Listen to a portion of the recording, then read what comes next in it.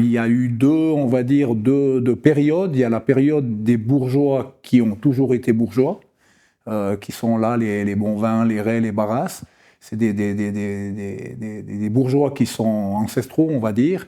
Et puis après, pendant quelques années, justement, pour obtenir le droit de la naturalisation, donc il y a des noms qui viennent d'ailleurs, notamment Philippe Magistretti, la famille Dubost. C'est des gens qui sont venus par après et qui ont intégré la bourgeoisie, qui ont acheté la bourgeoisie. On a encore une bourgeoisie qui fonctionne avec des corvées. Donc on est 986 bourgeois et bourgeoises habitant sur l'ancienne commune de Chermignon, étant donné que la bourgeoisie a repris les anciens contours de la commune de Chermignon. Donc et il y a 326 bourgeois actifs qui sont convoqués pour des corvées à la vigne, à la forêt notamment, et aussi pour notre fête patronale que nous gérons Saint-Georges le 23 avril. En foncier, on a la chance d'avoir eu des gens avant nous qui ont su préserver les terrains, et par chance, aujourd'hui, ils sont relativement bien placés.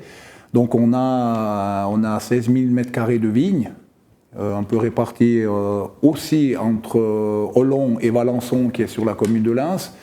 On a des forêts, alors des forêts, on a 400 et quelques mille mètres carrés de forêts qui sont plutôt dans les alpages, sur le haut de la station. On a, maintenant, on a acquis cette salle, notamment. On a à Chermignon d'en haut, on a notre bâtiment principal qui appartient à la bourgeoisie, et toute la zone qui est devant, qui s'appelle le secteur de Charamola, que la bourgeoisie essaye de développer depuis bientôt 20 ans.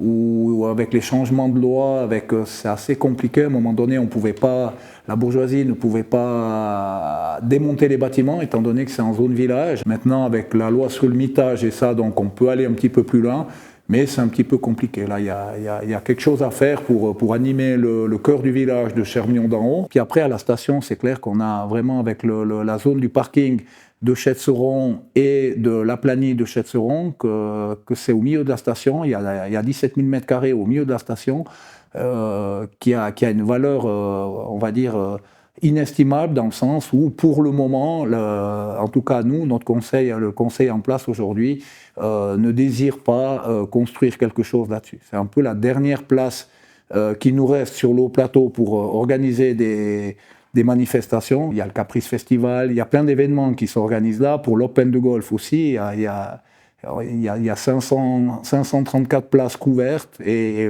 150 places à l'air libre. Donc c'est un joli